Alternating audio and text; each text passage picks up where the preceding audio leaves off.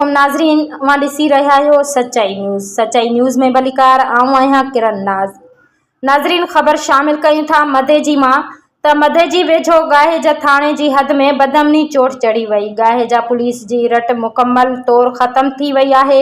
Police रोडनि तां गायब लगी पई आहे जॾहिं त लोकल अहलकार ॾोहारियनि अॻियां बेवस बणियल आहिनि। गाहेजा थाणे जी हद बुरड़ा bus stop Sukkur Larkana main road ते हथियारबंदनि जे टोले रुकावटूं रखे ईंदड़ वेंदड़ मुसाफ़िर गाॾियुनि खां 1 कलाक ताईं फुर लुटकंदा रहिया। फुर दौरान मज़दा न बीहारण ते हथियारबंदनि मज़दा मथां सिधी फायरिंग करे ॾिनी। फायरिंग जे नतीजे में बलूचिस्तान जे इलाइक़े खोजदार वासी मज़दा ड्राइवर शाहनवाज़ विरोही गोलियूं लॻण सबबि मौक़े ते मारिजी वियो।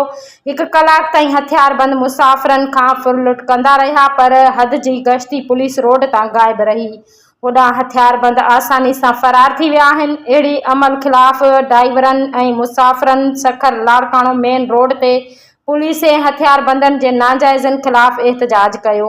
एहतजाज करण बाद गाहेजा थाणे जी पुलिस वाक़िए वारे हंधि पहुची लाश मधे जी अस्पताल खणाए पहुती आहे।